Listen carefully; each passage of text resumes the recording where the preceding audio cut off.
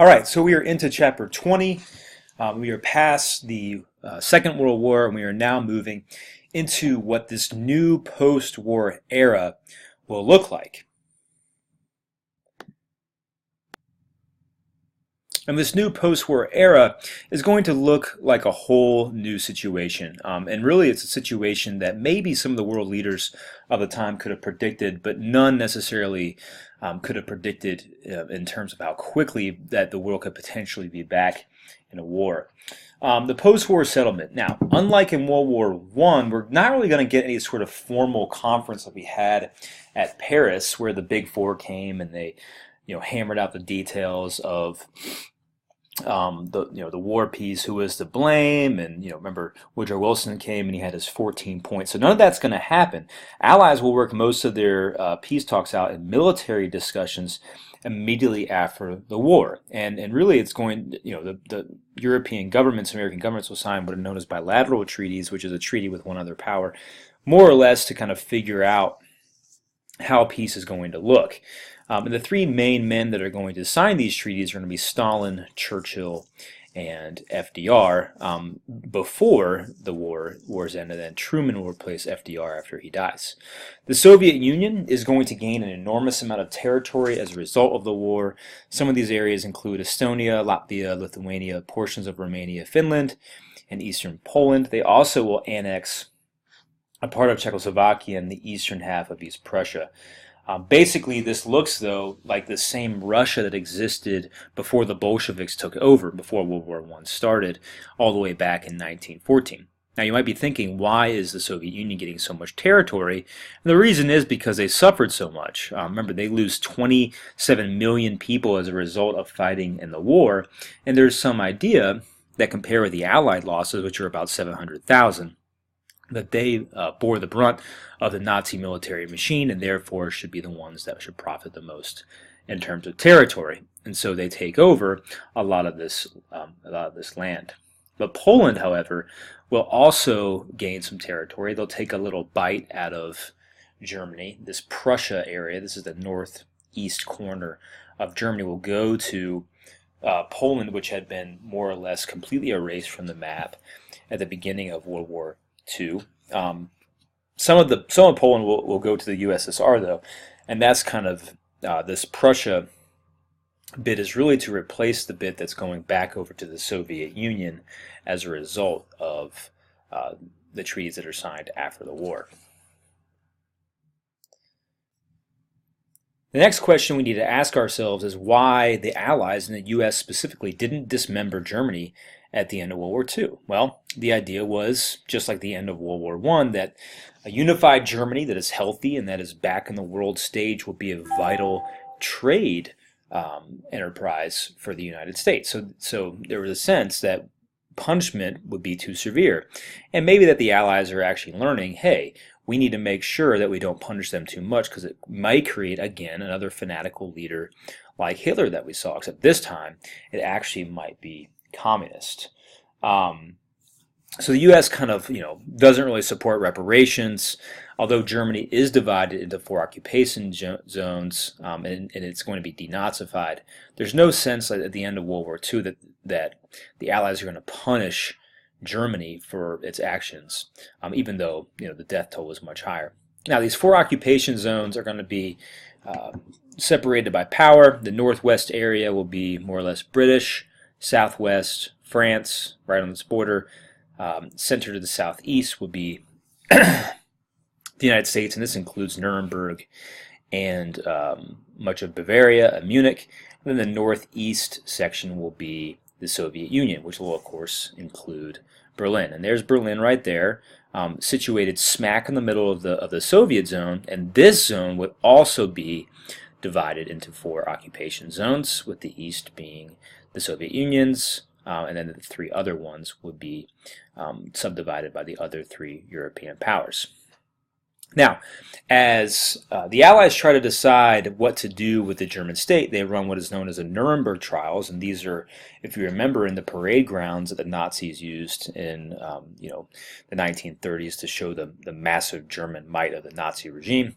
They bring back some trials in the same location. They try 20 war criminals high Nazi-ranking officials, really, for their crimes against humanity. And this is the first time that we ever see this happen. We had never had a trial on the national stage that went against leaders of countries for crimes against humanity. They never even written crimes against humanity. So, the sense that anybody could violate them was non-existent. But we have figures such as Hermann Goering here in the lower left. There's Rudolf Hess right there, Ribbentrop.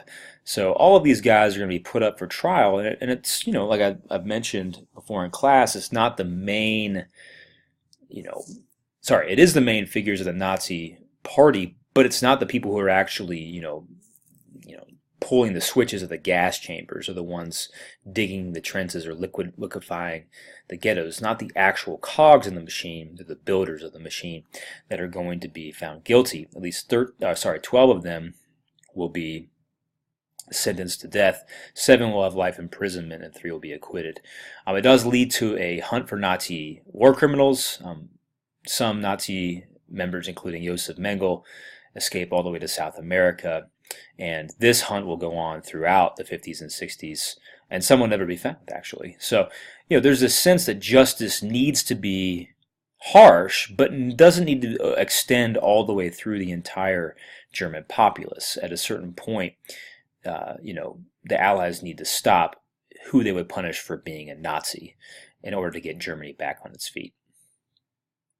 In Asia, the Allies will get rid of all of Japan's colonies. Its empire will be completely dismembered, and it goes back to its boundaries of the year 1854, which includes just its 4 home islands. The only power that is going to occupy Japan is going to be the United States. That is the only really true power that ever fought declared a war against Japan.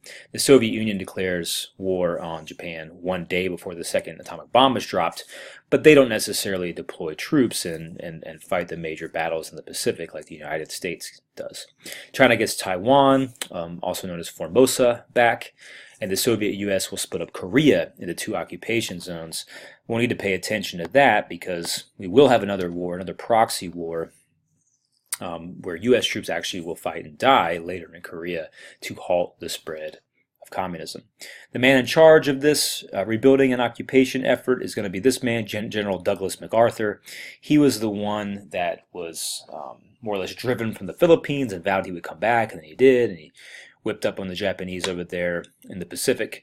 And he is in charge of basically figuring out how to get Japan back on its feet. And the peace is, for Japan is going to look a lot like the peace for Germany, in that the U.S. would leave when they find a government that isn't aggressive and that is fair, and that really is supporting the U.S. There are trials in Japan. 7 are executed here. So notice how there are war crimes, not just for the Nazis, but also for the Japanese.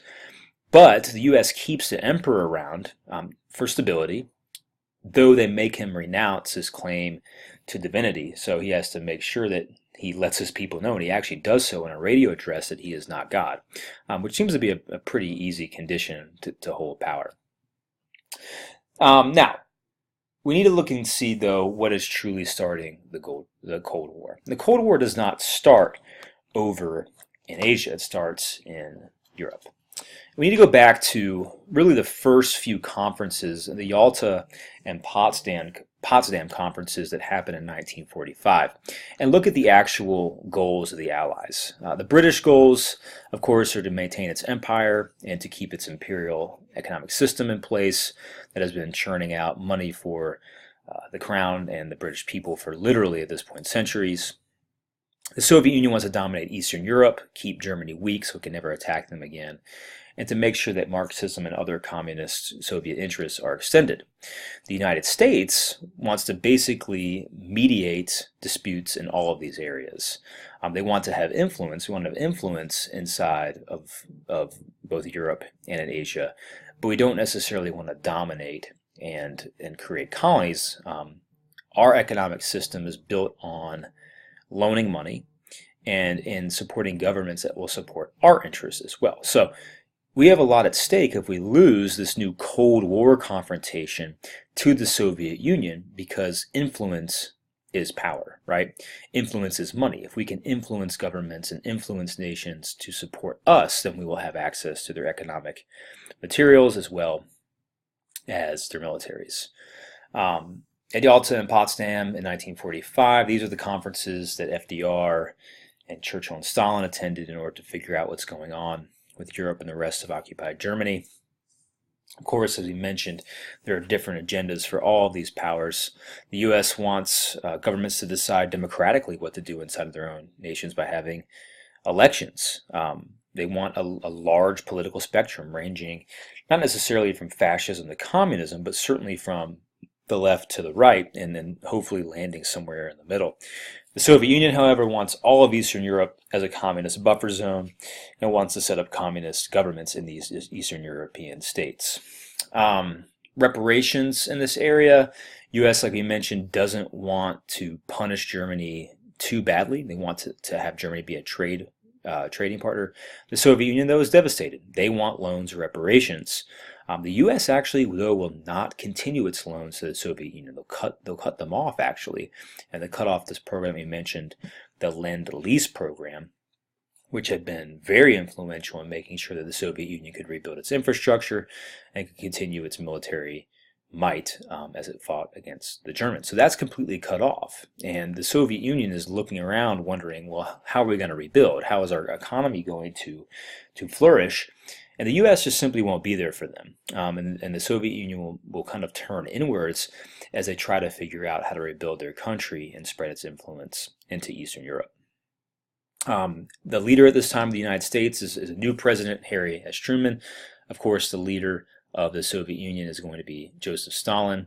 And they don't get along that well. Truman, is, like I say here, is a lot more feisty. He is very intelligent, but he's going to push the envelope a lot more, which is evidence, from the fact that he drops atomic bombs within first few months of him becoming president. He's less willing to compromise. He's not very cooperative, and he has always been a critic of Stalinism. So he uses his position as president to strike pretty harshly against Stalin. Stalin, of course, is an authoritarian. He's not going to back down either from his agenda in Eastern Europe, especially and even in spite of the fact that the United States now has the atomic bomb. And many see the atomic bomb as basically, a continuation of Roosevelt's corollary, except now in Europe, that we would speak softly and carry a big stick. Of course, our big stick isn't the Great White Fleet that we march around the Caribbean in the progressive era in the early 20th century, but now it's going to be an atomic bomb. That's quite a big stick, and especially in the late 1940s, the United States is the only power that actually has the atomic bomb. So the Soviet Union really resents and is fearful and suspicious against the United States and doesn't trust that the U.S. won't use it again. And I'm not so sure if I was in the Soviet Union if I would trust that either. We say that we used it to end the fighting in Japan, but as we've also mentioned in class, that may have not been necessary. Maybe a full-scale blockade and more bombing would have ended the war in Asia. We'll never know.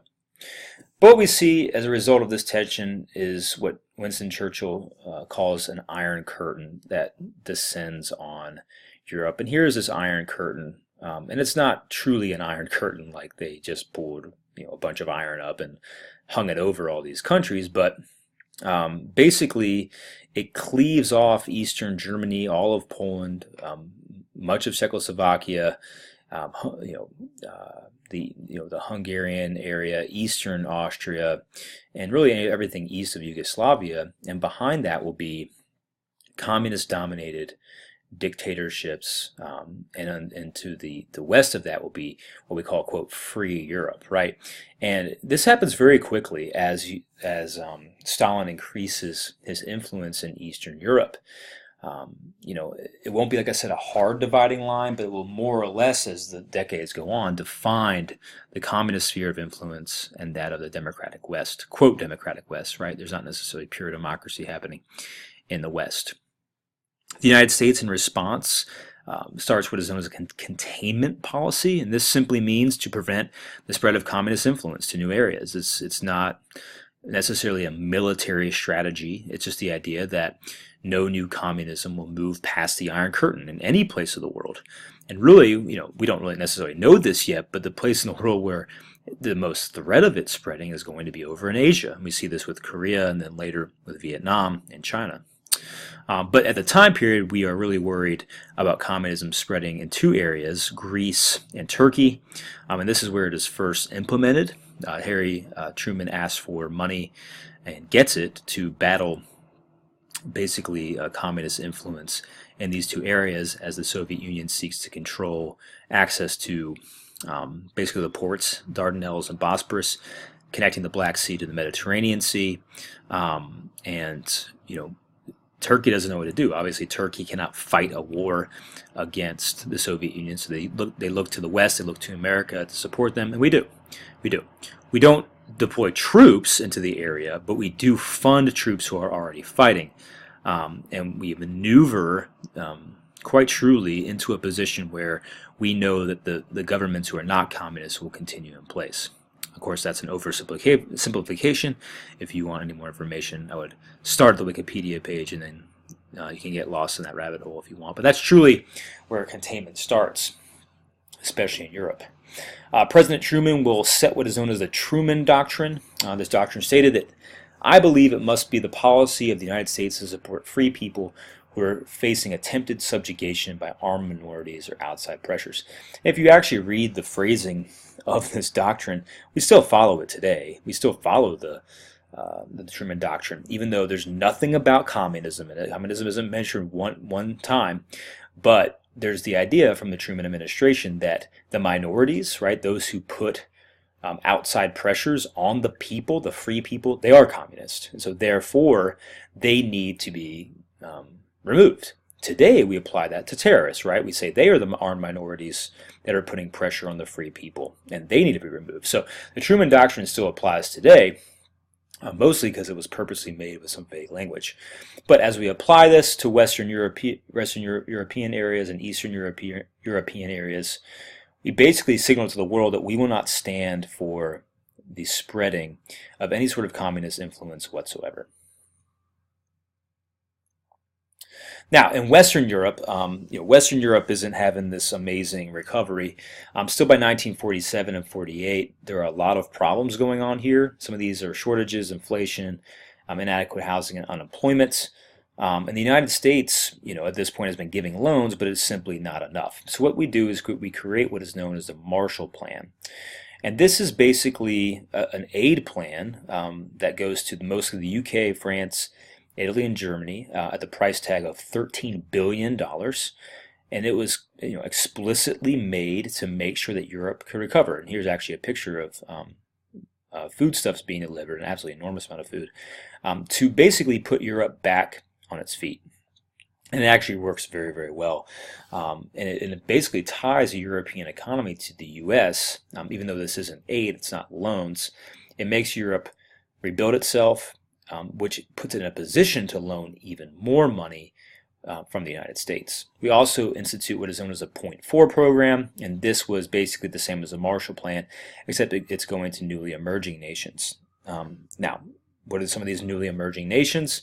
Well, it's every nation basically that is emerging, really in the Balkans as the center of the area, but also the new France and the new Italy, you could argue, are newly emerging nations to some extent. We'll also keep this aid going in Korea as well and extend to a lot of Asia.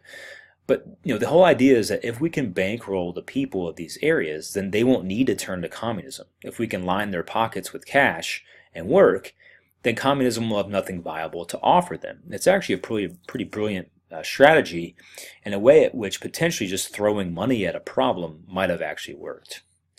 Now, the Soviet Union forms an organization known as the Cominform, which was basically all of the communist Eastern European governments. And they formed this group in order to reinforce the unity of all of these communists inside of Europe. And then, of course, it'll spread to other areas of the world when communism spreads. And the idea is here, once again, the Soviet Union wants to consolidate its power. And so this Cominform idea will make sure the Soviet Union will have an overarching organization that can compete with the Allies, right? The French and the British and the Americans. Now, in Western Germany, 1949, the three other occupation zones, which we've shown up here in the beginning, UK, France, Britain, all of them will combine into one brand new country in 1949, known as the Federal Republic of Germany. And the Soviets, of course, are pissed about this. They don't want a new Germany back. So they respond with hostility, and also they respond by forming their own nation, the Democratic Republic of Germany.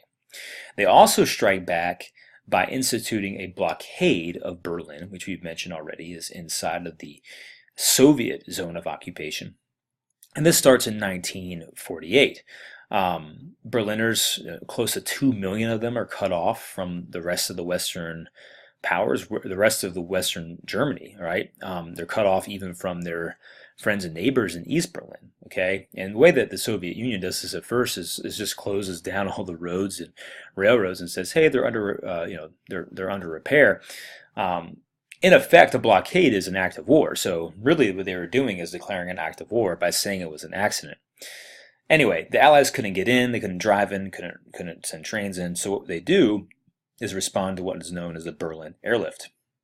And this is what it sounds like. Literally, the Allies flew planes around the clock every few minutes into Berlin's airport, delivering food, clothing, medicines, coal, you name it, into the center of Berlin to make sure these 2 million people had what they needed to do. They do this for 300 days. So truly an exercise in perseverance and in industrial capacity. The fact that we can equip 2 million people for almost a year with no guarantee the blockade will stop is a phenomenal achievement in the modern world. The USSR will concede defeat in May 1949 and reopen the railroads and the roads. Although Berlin will still be an area of contention and will also be an area where both sides could potentially be cut off, and we'll see that later with the Berlin Wall. At home, we have the assurgence or ascendance of what is known as a McCarthyism, which was a doctrine put forth by a senator in the United States, and his name Joseph McCarthy, who wanted to hunt out communist subversives both in the U.S. government and other major institutions, including the military, you name it, film industries, etc. And he kind of created this wave of paranoia and a witch hunt. And it creates really the second Red Scare in the United States. We talked about the first Red Scare in the 1920s, led by J. Edgar Hoover. But this is going to be on a whole different level. And it's going to actually have the flavor of war that comes with it, because the Soviet Union in the late 1940s, early 1950s is truly a power to be reckoned with. All right, that'll do it for today. All the questions will go through this section of your book. We didn't get quite to page 314, so the questions won't go to there, but feel free to do those and ask me if you have any questions. Thanks.